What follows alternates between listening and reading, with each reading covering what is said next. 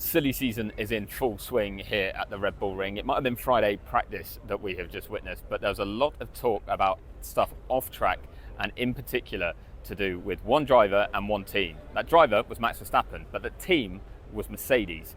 And it's because George Russell has come out this week and said that Max and Mercedes are in talks. Mercedes are having conversations with Max Verstappen about a future seat. And he was pretty blunt about that. That led to questions for Toto Wolff today about whether that is happening, and Toto would not deny that it is.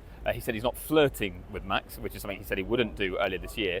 But he said that you can have conversations and you explore things, because when a four-time world champion might be available in the future, you want to know what's going on. So what Toto did say was the most likely outcome for next year is that George Russell is in the Mercedes, more so than Max being in the Mercedes. But George is out of contract, doesn't have a new deal agreed yet.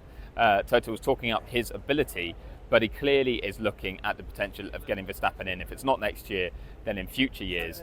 And one really telling thing, if you've got a sense of deja vu, was that it was this race last year where Verstappen was asked again to confirm that in 12 months' time he'd be racing for Red Bull, and he said yes, he would be. So that was talking about 2025. Well, now we've had the same situation this week where Max was asked, will you be racing for Red Bull in 2026?